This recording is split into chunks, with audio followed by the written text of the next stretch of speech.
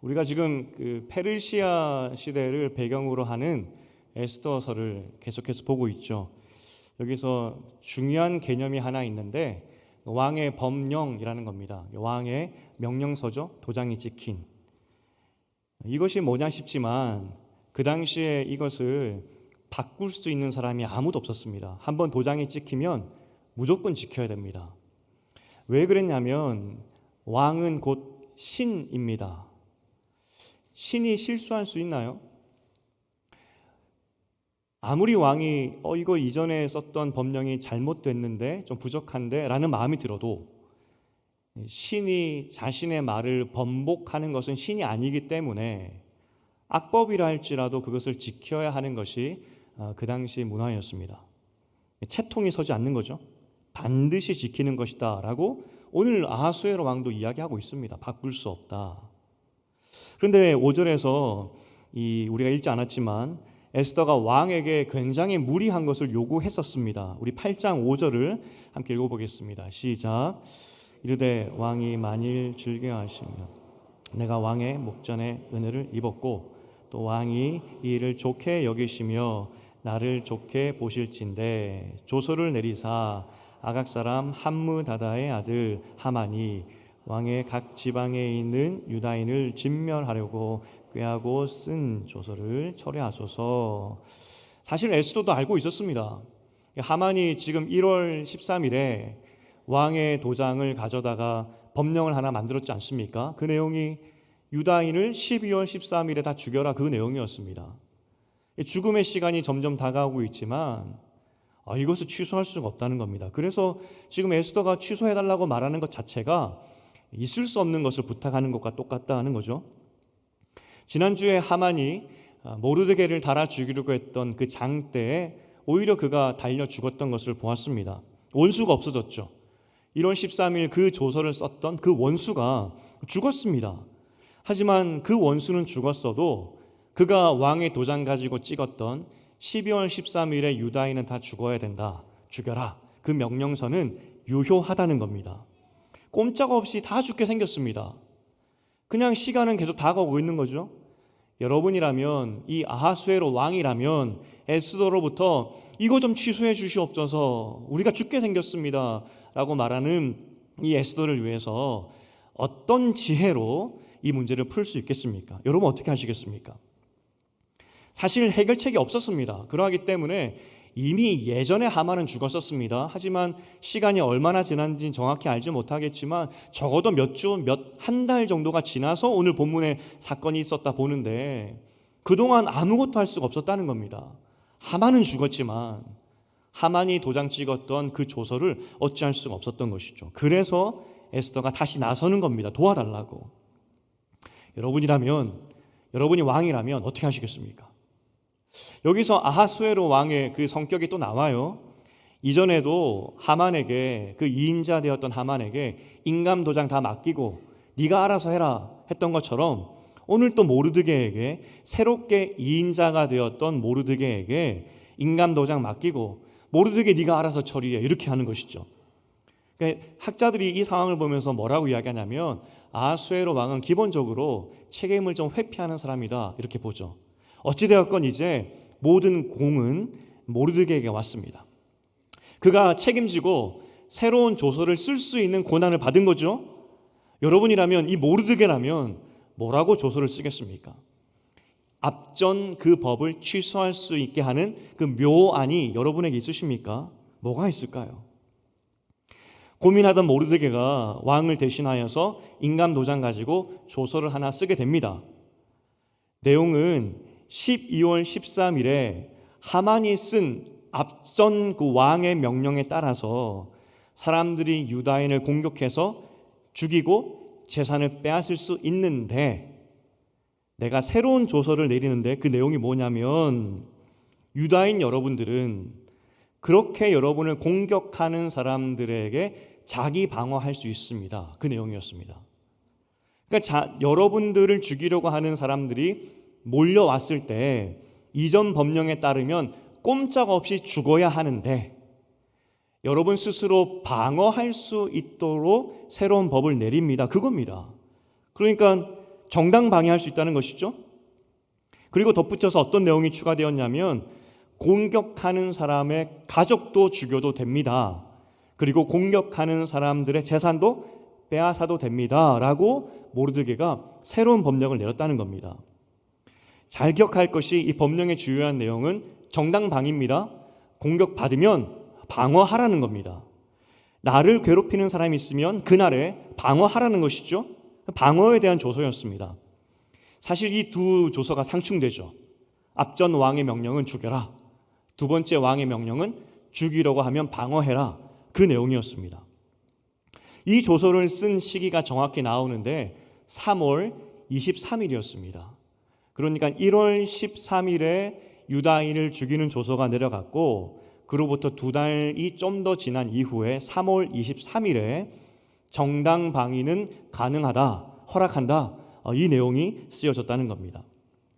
그러니까 시간 순서가 대충 감이 잡히시죠? 하만이 1월 13일에 조서를 썼고 곧 이어서 하만이 죽게 되고 그리고 최소한 한 달 정도 지난 후에 3월 23일에 새로운 두 번째 조서가 쓰여졌다는 겁니다. 다른 말로 하면 어찌되었건 9개월 후 12월 13일에 유다인을 죽이려고 하는 사람과 그런 사람으로부터 자기 방어를 하는 유다인 간의 싸움은 12월 13일에 여전히 있는 겁니다. 이 조서에 등장하는 단어들을 잘 살펴보면 모두 전쟁 용어입니다.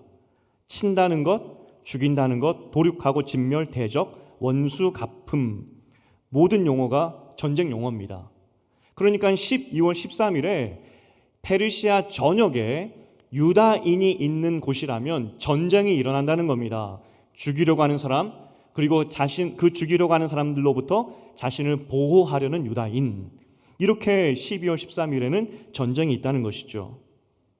하만이 첫 번째 조서를 썼을 때 4장 15절에 보면 역졸이 왕의 명령을 받들어 급히 나가매라고 쓰여 있습니다. 하만이 유다인을 죽이는 조서를 쓰고 나서 급히 온 제국에 파발말을 띄운 거죠. 급하다는 겁니다. 소식을 빨리 전하라는 것이죠. 모르드게도 조서를 쓰고 나서 각 지역으로 파발, 전령을 보내죠.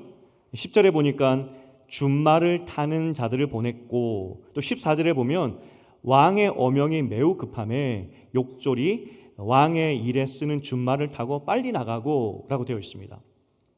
하만 때도 굉장히 급하게 역졸들을 보냈고 두 번째 조서 때에는 훨씬 더 급하게 역졸을 보냅니다.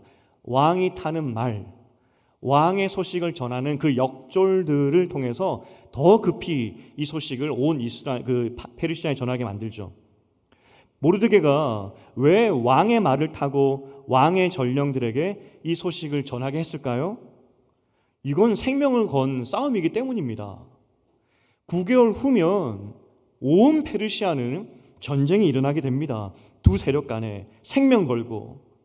그러니 한시라도 빨리 유다인에게 알려서 너 생명 보호하라고, 9개월밖에 안 남았다고, 전쟁 준비하라고. 그래서 하만이 썼던 것보다 훨씬 더 급하게 왕의 말과 왕의 역졸들을 사용하여서 온 페르시아 전역에 이 소식을 급히 전했다는 겁니다. 정말 급한 소식이라는 겁니다. 내용이 뭐죠? 무장하라고. 12월 13일에는 전쟁이 일어나는데 살기 위해서는 무장하라고, 빨리 무장하라고, 방어해야 된다고, 사람을 모으고 무기를 사서 준비하라고, 집이 허술하면 집을 요새화 만들어서 떼거지로 몰려오는 너희를 죽이려고 하는 사람들로부터 보호하라고. 그래서 빨리 역졸들을 보냈다는 겁니다. 어쩌면 이스라엘 백성들은 하만이 죽었습니다. 하만이 죽었지만 여전히 그 법령은 유효합니다. 왕후가 유다인이고 이제 천하의 제국의 2인자가 그 모르드게가 유다인이라 할지라도 12월 13일에는 죽게 되어 있습니다. 모르드게도 마찬가지입니다. 준비하지 않으면 사람들이 몰려와서 모르드게를 죽여도 법적으로 전혀 문제가 아닌 것입니다. 하만은 죽었지만 그 법이 살아있는 상태에서 이스라엘 백성들은 마음이 무너졌을 것입니다. 아이고, 이 법령을 어떻게 하나. 하지만 모르드게가 그들을 깨우는 겁니다. 무장하라고. 슬퍼하지 말고 깨워서 함께 그 전쟁을 준비하라고 파발 말을 급히 보냈다는 것입니다. 이 전령들을 보내고 나서 8장 15절부터 17절의 내용이 중요한데, 그때 사람들의 반응이 어떻게 되었냐면 수산성 사람들이 즐거워했다 이야기를 합니다. 수도죠. 수도 사람들이 유다인들이 자기 방어를 할 수 있는 그 권리를 얻었다는 그 소식을 듣고 함께 기뻐했다 이야기를 합니다. 하만이 최초 유다인을 죽이라는 그 법령을 내렸을 때에는 수산성이 어지러웠다라고 3장 15절에 기록을 하고 있습니다. 왜 그랬냐면 하만이 저 1000년 전, 저 500년 전 민족과의 그 악연 때문에, 그것 때문에 악심을 품고 유다인을 다 죽이라는 그 조서 썼지. 그거 보면서 제3자들도 야, 이거 너무한 거 아니냐라는 생각이 들었다는 겁니다. 어떻게 그 1000년 전에 그 원수를 지금 갚으려고 다 몰살시키느냐, 그렇게 생각하면서 사람들이 어수선했다 이야기를 하는데, 자기 방어의 기회를 얻은 유다인들을 보면서 제3자였던 이방인 수산성 사람들도 함께 기뻐했다 이야기를 하는 것이죠. 17절에는 정말 놀라운 광경이 기록되어 있는데 8장 17절을 우리 함께 읽어보겠습니다. 시작. 왕의 어명이 이르는 각 지방 각 성읍에서 유다인들이 즐기고 기뻐하여 잔치를 베풀고 그날을 명절로 삼으니 본토 백성이 유다인을 두려워하여 유다인 되는 자가 많더라. 이 상황이 완전히 역전됐습니다.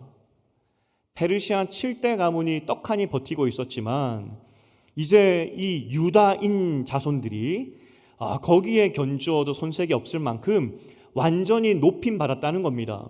심지어 오늘 본문에 보니까 유다인을 두려워하여서 유다인 되는 자가 많았다 이야기를 하죠. 여기서 민족을 바꿨다는 의미라기보다는 유다인 편에 선 사람들이 많아졌다 이렇게 해석하는 것이 좋을 것 같습니다. 그러니까 12월 13일에 유다인들이 싫어서 미워서 민족적인 감정을 가지고 공격하는 사람들이 있다면 나는 유다인 편에 서겠습니다. 이렇게 말하는 사람들이 제국 안에 많아졌다는 겁니다. 여기까지 보면 감히 12월 13일 날 유다인을 공격하는 사람이 있을까 싶습니다. 유다인을 죽이는 것이 합법입니다. 죽여도 됩니다. 하지만 유다인들이 정당 방어할 수 있습니다. 그리고 유다인을 도와주는 사람들이 제국 안에 많아졌습니다. 그러면 여러분들이 아무리 유다인이 싫어도 12월 13일에 칼을 들고 유다인을 죽이려고 갈 수 있을까요? 여러분들이 이 유다인의 적이라고 생각하고 12월 13일에 하만의 그 명령서를 따라서 그 유다인을 죽이려고 한다 생각해 보십시오. 가능하겠습니까? 엄두가 날까요? 이 죽이려고 갔다가 내가 오히려 잡혀 죽을 수도 있습니다. 그리고 나만 죽는 것이 아니라 조서에 따르면 내가 유다인을 죽이려고 나서는 순간 나뿐만 아니라 내 가족까지도 다 죽습니다. 그리고 내가 가지고 있는 재산도 다 빼앗겨 버립니다. 몰살이죠. 감히 12월 13일에 유다인을 대항하여서 여러분이라면 칼을 들고 갈 수 있을까요? 이미 잔치가 벌어졌습니다. 게임은 끝난 겁니다. 수도 사람들이 잔치 벌이면서 유다인 살았다고, 당신 유다인들 정말 이제는 떵떵거리며 살 만큼 페르시아 7대 가문이 부럽지 않은 그런 가문이 되었다고 함께 기뻐했던 것이 이 8장의 내용인데, 이제 약 9개월 후에 여러분이라면 유다인을 향하여서 일어날 수 있을까요? 실제로 12월 13일이 되었을 때 이 제국 안에 있었던 분위기를 성경은 기록하고 있습니다. 9장 2절과 3절입니다. 9장 2절 3절을 읽어보겠습니다. 시작. 유다인들이 아하수에로 왕의 각 지방 각 읍에 모여 자기들을 해하고자 한 자를 죽이려 하니 모든 민족이 그들을 두려워하여 능히 막을 자가 없고 각 지방 모든 지방관과 대신들과 총독들과 왕의 사물을 보는 자들이 모르드게를 두려워함으로 다 유다인을 도우니 12월 13일이 왔습니다. 두 개 법이 상충됩니다. 유다인을 죽여도 된다. 유다인 너희는 자기 방어해도 된다. 이 법입니다. 오늘 12월 13일에 온 이 분위기를 성경은 기록하고 있는데 게임은 끝났다라고 이야기를 합니다. 지방관과 대신들, 각 지방의 모든 총독들이 수도뿐만 아니라 모든 지방 사람들이 유다인을 도왔고 유다인을 두려워했다 이야기합니다. 누가 감히 유다인을 죽일 수 있을까요? 그런데 이 12월 13일이 시작되었을 때 분위기를 9장 1절에서 이렇게 기록하고 있습니다. 우리 9장 1절을 읽어보겠습니다. 시작. 아달월 곧 12째 달 13일은 왕의 어명을 시행하게 된 날이라. 유다인의 제적들이 그들을 제거하기를 바랐더니 유다인이 도리어 자기들을 미워하는 자들을 제거하게 된 그날에, 여기서 분명히 이야기합니다. 12월 13일이 되었는데 모든 분위기는 유다인 편인데, 그런데도 유다인을 죽이려고 했던 사람들이 있었다 이야기를 합니다. 그리고 12월 13일에 실제 전쟁이 일어났는데 우리 9장 6절을 읽어보겠습니다. 9장 6절 시작. 유다인이 또 도성 수산에서 500명을 죽이고 진멸하고. 방어에 대한 명령이었다 했습니다. 유다인을 죽이려고 할 때 유다인은 그 사람을 죽일 수 있는 그 법령이었습니다. 500명이 죽었다는 것은 실제로 유다인을 죽이려고 했던 사람이 있었고, 그래서 유다인들은 자기 방어 차원에서 그들을 잡아 죽였다는 겁니다. 그런데 이 일이 수도에서 일어났었습니다. 수도에서. 아니 8장 마지막 절에 보니까 온 수도 사람들이 유다인을 칭송하면서 이겼다고, 다 됐다고 이렇게 함께 기뻐했는데, 심지어 유다인을 두려워하면서 나 12월 13일에 당신들 편에 서겠다고 약속까지 했는데 9개월이 지나고 실제 12월 13일이 되어보니 겁도 없이 적들이 일어나서 유다인을 공격했더라는 겁니다. 왕후가 유다인이고 제국의 2인자가 유다인인데, 왕도 지금 유다인 편에 섰는데 감히 겁도 없이 유다인을 향해서 칼을 들고 일어났던 사람들이 수도에만 자그마치 이만큼 숫자가 있었다는 것입니다. 8장 16절에서 이제는 영광이고 즐거움이고 기쁨과 존귀를 받는 민족으로 칭송받았는데 어떻게 이 사람들은 그런 유다인들을 공격할 수 있었을까요? 9장 7절부터 9절까지, 9장 7절과 9절까지 이 세 절에 보면은 처형당한, 그날에 처형당한 하만의 10명의 아들들의 이름이 기록되어 있습니다. 그런데 이름이 쭉 나열되어 있는데 이 기록의 방법이 굉장히 특별합니다. 다른 성경에는 보이지 않고 오직 원어로 보면 여호수아 때 나왔던 기록의 방법을 비슷하게 따라가고 있습니다. 여호수아 때 이스라엘 백성들이 가나안에 들어가서 정복한 나라와 왕의 이름을 쓸 때 한 사람 한 사람 이름을 쓰면서 마치 우리나라로 표현하면 쉼표를 찍어가면서 이 민족, 이 나라 정복했다고 꾹꾹 눌러 썼던 것처럼 하만의 10명의 아들들의 이름을 꾹꾹 눌러 쓰면서 이들이 그날에 처형당했다라고 성경은 기록하고 있습니다. 정말 전쟁이었다는 것입니다. 하만의 아들들이, 그들뿐만 아니라 특별히 하만의 아들들 10명이 이스라엘을 향하여서, 유다인을 향하여서 칼을 들었다는 겁니다. 그리고 그들뿐만 아니라 수많은 사람들이 함께 유다인을 향하여서 칼을 들었다는 겁니다. 여기서 우리가 한 가지 또 느낄 수 있는 것이, 하만 참 대단한 사람이다. 일단 10명의 장성한 아들을 두었다는 것도 권력의 상징이죠. 굉장히 높은 사람이었구나. 하만 함부로 보면 안 됩니다. 그리고 아들들을 얼마나 잘 키웠던지, 아버지의 원수를 갚기 위해서 칼을 갈고 12월 13일에 일어났고 10명이 몽땅 그날 죽었다는 겁니다. 하만 집안 참 대단한 것 같습니다. 끝까지 포기하지 않고 아버지의 원수를 갚으려고 했던 하만의 아들들, 그리고 그 외 수많은 적들. 어찌됐건 분명한 것은 12월 13일에 게임이 끝난 줄 알았는데 적들이 일어나서 유다인들을 공격했다는 겁니다. 만약 유다인들이 그날 이 전쟁을 준비하지 않았다면 오히려 유다인들이 죽었을 겁니다. 한번 상상해 보십시오. 어떻게 준비했을까? 이 사람들이. 모든 분위기는 유다인 편입니다. 이길 수 없는 싸움이지만 내 아버지의 이름으로, 아말렉 족속의 이름으로 저 원수된 유다인을 위해서 내가 향해서 달려가겠다라고는 마음으로 이 사람들이 일어났는데 어떤 마음이겠습니까? 죽기 살기 아니었겠습니까? 9장 15절에 보면 이 싸움이 얼마나 치열했는지를 보여주고 있습니다. 우리 9장 15절을 함께 읽어보겠습니다. 시작. 아달월 14일에도 수산에 있는 유다인이 모여 또 300명을 수산에서 도륙하되 그들의 재산에는 손을 대지 아니하였고 13일 날만 원래 죽이는 것으로 되어 있었죠. 14일 날에도 300명 죽었다는 겁니다. 이게 어떻게 된 거냐면 에스더가 13일 날 끝날 때쯤 해서 왕에게 부탁을 합니다. 하루만 더 달라고. 아직까지 적이 남았다고. 그래서 아하수에로 왕이 하루를 연기해 준 겁니다.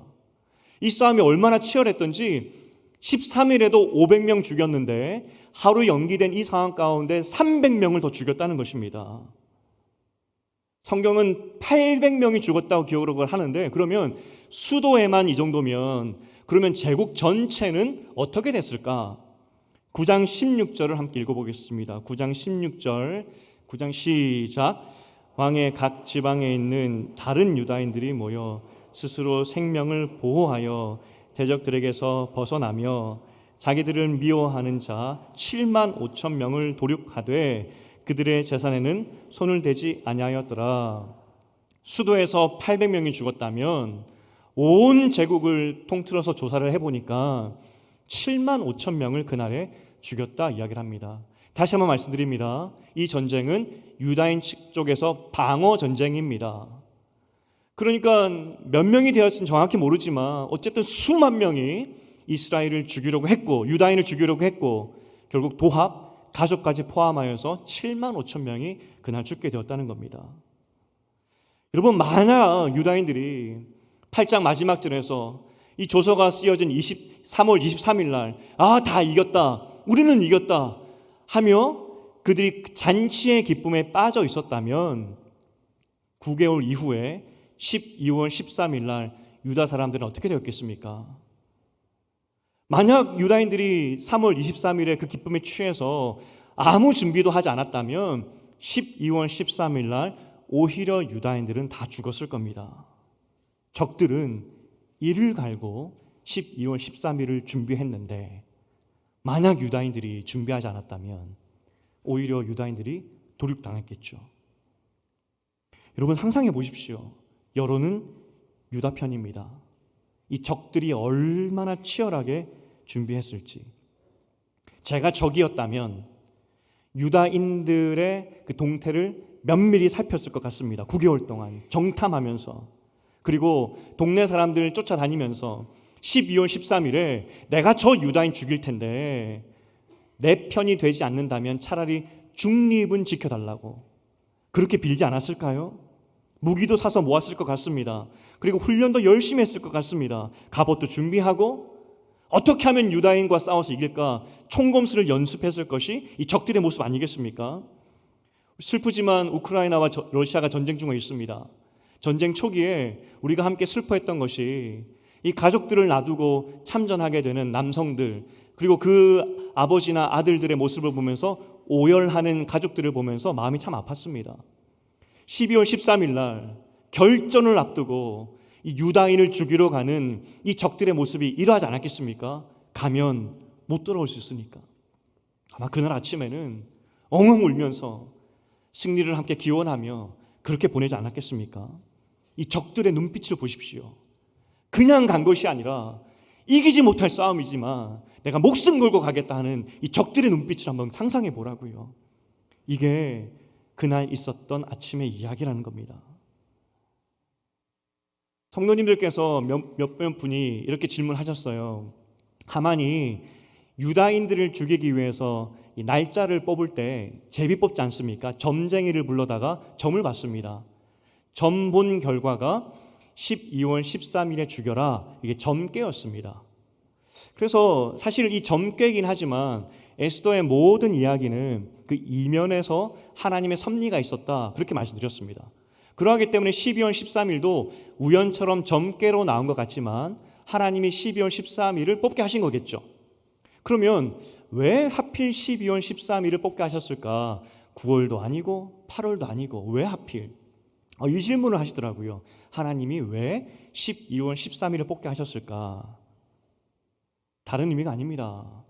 이 마지막 전쟁을 준비하라고. 마지막 적과의 전쟁을 준비하라고.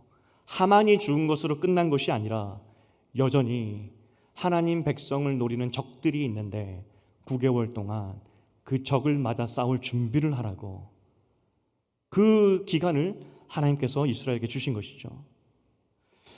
정말 유다인들은 이 전쟁을 하나님의 전쟁으로 인식했습니다. 분명히 조서에는 그 가족들까지 다 죽이고 그들의 재물도 다 가져라 라고 명령했지만 성경은 2번이나 유다인들이 대적자들의 재산에는 손대지 않았다라고 기록을 하고 있습니다. 유다인들은 자기 방어하고 그리고 허락된 그들의 재산을 빼앗는 것 하지 않습니다. 자신들은 그것을 가지지 않았다는 것이죠. 보상인데, 당연히 가질 수 있는 보상인데 가지지 않았다는 겁니다. 굉장히 중요한 상징입니다. 1000년 전, 500년 전 악연이 있었는데, 특별히 500년 전에 사울이 아말렉을 정복하고 나서 하나님이 그들의 재산을 다 가지지 말고 다 불태우라고 말씀하셨지만 사울은 그것을 자기 것으로 좋은 것을 취해버렸죠. 결국 그것 때문에 사울이 왕위에서 쫓겨난 거 아니겠습니까? 이스라엘 백성들이 그걸 기억했어요. 하나님, 이건 하나님 전쟁입니다. 우리 조상 사울은 실패했지만 재물에 눈이 어두워서 하나님의 전쟁을 사사로운 정복 전쟁으로 바꿔버렸지만 하나님, 이 전쟁은 하나님과 악한 세력들의 전쟁입니다. 사사로이 재물 따위를 취하지 않겠습니다. 그들은 적들의 재물에 손대지 않았다는 겁니다. 정말로 유다인들은 하나님의 전쟁을 했다는 것입니다. 여러분, 이 전쟁을 준비했을 유다인들의 기계가 상상이 되십니까? 적들도 준비하고 있습니다. 유다인들도 그 전쟁을 철저히 준비했다는 겁니다. 이런 생각도 들 수 있습니다. 하나님, 그냥 하나님의 지혜로 그 첫 번째 조서를 없애주시면 굳이 12월 13일 날 이렇게 전쟁 안 해도 되는데 왜 전쟁을 하게 하십니까? 그런 원망도 들 수 있었겠죠. 아니, 왜 이렇게 하게 하십니까? 하지만 유다인들은 피하지 않습니다.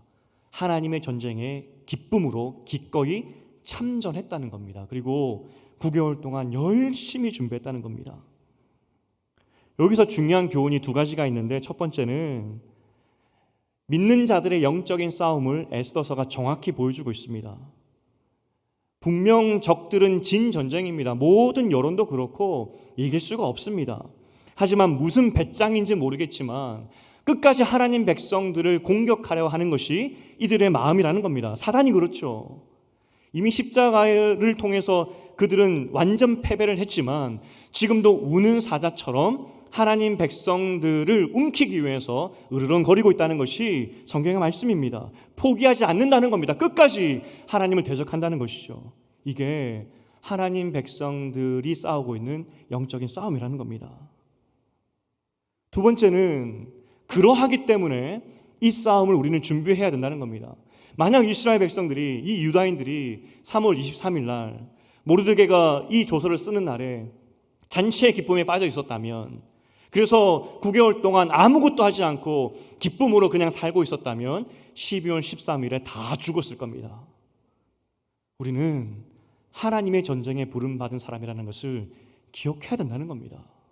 우리가 어떤 삶을 살아가야 되는지, 하나님께서 왜 이 시대에 태어나게 하셨고 왜 이 가정과 이 직장으로 이런 삶을 살게 하시는지 우리는 기억해야 됩니다. 하만처럼 생명 연장하라고 부르신 것이 아니라 하나님의 전쟁으로 불렀다는 것입니다. 여러분은 무엇을 위해 살고 계십니까? 제가 기도 제목도 받아보고 기도 제목도 나누고 있습니다. 자녀를 위해서, 또 개인의 건강과 개인을 위해서 기도해야 되겠죠. 하셔야 됩니다. 그건 일용할 양식 같은 것이기 때문에 구하는 것이 맞습니다. 어디 가서 구하겠습니까? 하나님 아버지께 구해야 되겠죠. 하지만 더 중요한 기도 제목이 있습니다. 우리가 찬양대에서도 이야기했지만 하나님 나라 갈 사람들 아니겠습니까? 그날에 하나님 앞에서 마지막 결산을 받게 될 것인데 하나님께서 물으실 것입니다. 너는 나의 싸움을 잘하고 왔느냐고. 잔치만 벌이다 왔느냐, 아니면 이 유다인들처럼 적들을 향하여서 너에게 맡겨진 사명들을 잘 살다 왔냐고. 그거 모르실 것이라는 겁니다.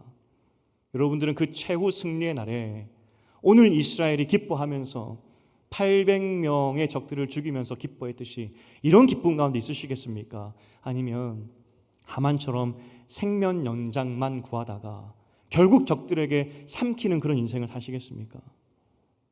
우리가 교회다움을 위해서 계속 기도하고 있고 또 교회다워지기 위해서 노력하고 있습니다. 교회다움이 무엇이겠습니까? 우리는 세상에 사는 하나님 백성이고 하나님께서 우리를 부르신 목적들이 있는데 그 사명을 향해 살아가는 사람이라는 것을 다시 한번 알려주는 것이 교회입니다. 때로는 죄를 지적하고 때로는 여러분의 잘못된 문화와 잘못된 습관들을 주장할 수도 있고 지적할 수도 있고 그렇게 살면 안 됩니다라고 가르쳐주는 것이 교회라는 겁니다. 잔치를 위해서 모이는 곳이 아니라 그날 하나님 앞에 서는 날에 나 하나님의 전쟁 열심히 하다 왔습니다. 그 말 하게 돕는 곳이 교회라는 것입니다. 여러분들은 여러분들의 일상에 있는 그 죄의 문제와 또 여러분이 살아가고 있는 그 동안에 일어나는 악한 세상의 문화들, 또 우리는 알 수 없지만 영적인 공격들 가운데 하나님의 승리를 위해서 기도하고 구하고 있는지, 싸우고 있는지 우리는 돌아봐야 된다는 겁니다. 만약 이스라엘 백성들이 3월 23일 날 잔치의 기쁨에 빠졌다면 그들은 다 죽었습니다. 만약 우리도 하만이 구했던 생명 연장의 꿈을 위해서 달려가고 있다면 우리도 결국 원수들에게 죽을 것입니다. 이게 오늘 에스더서를 통하여서 보여주는 하나님 백성들의 삶의 모습이라는 겁니다. 오늘 교회 왔습니다. 여러분 어떤 마음을 가지고 또 돌아가시겠습니까? 치열하게 우는 사자처럼 사단이 여러분을 공격하고 있는데 여러분은 어떻게 방어하고 어떻게 그 사단과 함께 싸우시겠습니까? 준비가 되셨습니까? 엊그저께 노회 체육대회가 있었습니다. 저는 기본적으로 운동에는 별로 경쟁심이 없습니다. 승부욕이 없습니다. 지면 지고 이기면 이기고 뭐 그렇습니다. 근데 시상식 하는 걸 보니까 맨 마지막에 한 교회에서 이제 종합 우승을 하고 우승기를 막 들더라고요. 이렇게 옛날 생각이 하나 났습니다. 군대 이야기해서 좀 죄송한데 군대는 체육대회가 거의 제일 중요한 행사 중에 하나입니다. 제가 이제 부대를 옮겨서 다른 대대로 이제 옮기게 되었는데 그때 인사장교로 이제 전출 가게 되었었습니다. 새로 간 부대가 그 대대가 앞전 체육대회에서 2번이나 우승했더라고요. 체육대회에 목숨을 거는 그런 부대. 근데 이제 군부대 전통이 대회나 이런 거에서 3연승 하지 않습니까? 3연패? 그러면 그 우승기를 그 부대의 영구로 보관하게 합니다. 그러니까 부대마다 부대기가 있는데 그 부대기 옆에 종합체육대회 우승 이런 기를 옆에 딱 2개 합니다. 그러니까 이 지금 부대 분위기가 3연승 해서 한 번만 더 이기면 영원히 그 우승기를 갖고 올 수 있으니까 3연승 하자는 그런 분위기였고, 다른 부대 분위기는 치욕이지 않습니까? 그 우승기를 영원히 뺏긴다는 것은 치욕이기 때문에 어떻게 하든 3연승은 저지해야 된다는 그런 살벌한 분위기였습니다. 거기에 제가 이제 부대를 갔던 것이죠. 어떻게 됐겠습니까? 결과가 이겼으니까 말씀드렸죠. 저희 부대가 3연승해서 우승기를 가지고 왔습니다. 못 믿으실 분이 계시다면 제가 사진도 있습니다. 근데 제가 그걸 준비하면서 이기기 위해서는 2가지가 필요하구나 그걸 봤습니다. 첫 번째는 이긴다는 확신에 찬 눈빛입니다. 눈빛. 우리 특별히 이번에 그 피구를 많이 준비하셨다고 하는데 제가 팁을 하나 드리면 이쁜 옷 입고 가면 안 됩니다. 군대이기 때문에 해골 이런 건 좀 그렇지만 약간 국방색 옷을 입고 간다든지, 그리고 기왕이면 얼굴 앞면 그 위장 크림도 좀 바르시고 그 눈빛으로 제압을 해야 됩니다. 이긴다는 확신. 그 2번째는 작전도 굉장히 중요한데 이 작전이 성공하기 위해서는 기본적으로 훈련이 되어 있어야 됩니다. 그러니까 매일 여러분 모여서 공 주고받는 거 연습하면 반드시 이깁니다. 내후년에 이기는 은혜가 있기를. 체육대회도 하나 이기기 위해서는 이긴다는 확신과 열심히 연습해야 된다는 것이 있습니다. 우리는 영적인 전쟁으로 부름받은 하나님의 군대입니다. 그런데 이 전쟁 앞에서 여러분은 어떤 훈련과 어떤 연습과 또 이 전쟁을 앞서서 하고 있는데 여러분의 눈빛은 어떠하십니까? 이스라엘 역사상 지금 에스더 시대는 하나님의 땅, 그 가나안 땅에서 가장 멀리 떨어져 있는 시대를 살고 있었습니다. 가장 이스라엘 그 본토와 멀리 떨어져 있는 이스라엘 백성들의 이야기인데 그들은 오늘 하나님의 전쟁을 기계 있게 해내더라는 겁니다. 9개월 동안 철저히 준비해서 저 사울 왕도 해내지 못했던 아말렉 족속과 이 원수들을 완전히 물리치는 그날, 그 일, 1000년 전에 출애굽할 때 하나님께서 말씀하셨던 저 아말렉 족속들을 반드시 멸하라는 그 명령을 유다 사람들이 기억하고 포로민이었던 그 사람들이 1000년이 지나고 나서 하나님의 전쟁을 이기는 그 모습, 이들의 기계가 보이십니까? 우리는 그냥 살아가는 사람들이 아닙니다. 하나님의 전쟁으로 부름받은 사람들이고 지금도 알지 못하는 보이지 않지만 정확한 세력이 우리 가정을 망가뜨리고 한 사람을 망가뜨리고 사회를 망가뜨리고 교회를 망가뜨리는데 이 일에 싸우라고 우리를 부르셨다는 겁니다. 그러니 우리는 기계 있게 우리의 영적 전쟁을 할 수 있어야 된다는 겁니다. 이제 말씀을 맺겠습니다. 이 땅의 삶은 정말 찰나입니다. 전도서 7장 2절부터 4절까지 우리 함께 읽어보겠습니다. 전도서 7장 2절부터 4절입니다. 시작. 초상집에 가는 것이 잔치집에 가는 것보다 나으니 모든 사람의 끝이 이와 같이 됨이라. 산자는 이것을 그의 마음에 둘지어다. 슬픔이 웃음보다 나음은 얼굴에 근심이 있는 것이 마음에 유익하기 때문이니라. 지혜자의 마음은 초상집에 있으되 우매한 자의 마음은 혼인집에 있느니라. 하나님께서 우리가 어디에 마음을 둬야 될지 말씀하고 있습니다. 세상 사람들은 혼인집에 가서 기쁨을 만끽하고 사는 삶이라면 우리는 하나님의 때를 준비하는 사람이라고, 그거 놓치면 우리 인생은 아무것도 아니라고 분명하게 말씀해주고 있다는 겁니다. 우리는 각자 삶에서 치열하게 하나님 말씀대로 살아야 되는, 그래서 이 땅에 하나님의 영광을 드러내야 되는 사명을 가진 사람들입니다. 그것을 위해서 우리는 눈빛을 바꿔야 됩니다. 주님, 사명대로 살게 하시고 나를 통하여서 이 영적 전쟁의 승리가 있게 하시고 나를 통하여서 하나님의 영광이 드러날 수 있도록 나를 사용하여 주시옵소서. 이게 우리 기도의 제목이 되어야 된다는 겁니다. 여러분, 다시 한번 축복드립니다. 여러분이 처한 삶에서 영적 전쟁에 승리하시기를 축복드립니다. 이미 이긴 전쟁입니다. 주와 더불어 여러분 삶에 어그러지고 망가지고 깨어진 것들이, 우리는 이해할 수 없고 이유를 알 수 없지만 악한 세력들을 통하여서 어그러진 모든 것들이 하나님의 영광의 빛을 통하여서 회복되는 은혜가 있기를 주님의 이름으로 축복드립니다.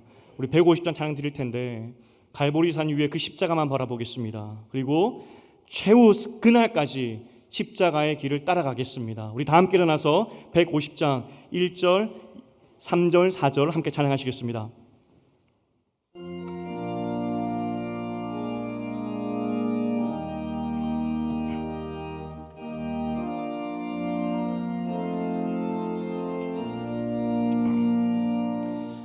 갈보리산 위에 십자가 섰으니 주가 고난을 당한 표라. 험한 십자가를 내가 사랑하는 주가 보혈을 흘림이라. 최후 승리를 얻기까지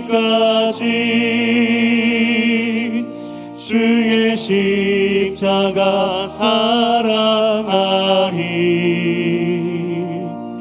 빛난 멸류관 받기까지 험한 십자가 붙들겠네. 험한 십자가에 주가 흘린 피를 믿는 마음으로 바라보니 나를 용서하고 내 죄 사시려 주가 흘리신 보혈이라. 최후 승리를 얻기까지 주의 십자가 사랑하리. 빛난 멸류관 받기까지 험한 십자가 붙들겠네. 주님 예비하신 나의 본향 집에 나를 부르신 그날에는 영광 중에 계신 우리 주와 함께 우리 주와 함께 내가 죽도록 충성하리. 내가 죽도록 충성하리. 최후 승리를 얻기까지 주의 십자가 사랑하리. 빛난 멸류관 받기까지 험한 십자가 붙들겠네. 여러분의 삶이 얼마나 위험한지 아십니까? 여러분의 삶이 얼마나 위험에 빠져 있는지 아십니까? 지금도 우는 사자와 같이 사단은 여러분을 공격하고 있습니다. 여러분은 어떻게 싸우고 계십니까? 이미 승리한 싸움입니다. 우리가 주 예수 십자가를 붙들고 나에게 승리하게 하여 주시옵소서. 내 삶을 어둡게 만들고 나를 하나님 바라보지 못하게 하는 그것들이 있는데 하나님 물리쳐 주시옵소서. 기계 있게 기도하기 시작할 때 우리를 덮고 있었던 모든 어둠의 세력들은 물러가는 줄 믿으시기를 바랍니다. 이게 우리의 싸움입니다. 그냥 먹고 살기 위해 사는 사람들이 아니라 세상 권세 잡은 자들과 싸우는 것이 우리 싸움입니다. 여러분 눈 뜨셔야 됩니다. 오늘 모르드게의 전령이 그렇습니다. 왜 빨리 보냈겠습니까? 전쟁 준비하라고, 무장하라고. 하나님, 일주일 삶 다시 한번 시작합니다. 내 삶에 어그러진 거 너무나 많고 깨지고 상처난 거 너무나 많은데 내 힘으로 할 수 없습니다. 주의 성령께서 빛으로 임하셔서 밝게 비춰주시고 나를 잡고 있고 나를 무너뜨리고 있는 모든 어둠의 세력들을 물리쳐주시고, 그래서 참된 승리, 참된 기쁨, 그것이 영적인 승리가 있게 하나님 도와주시옵소서. 우리 주님의 이름 한번 붙잡고 기도하겠습니다.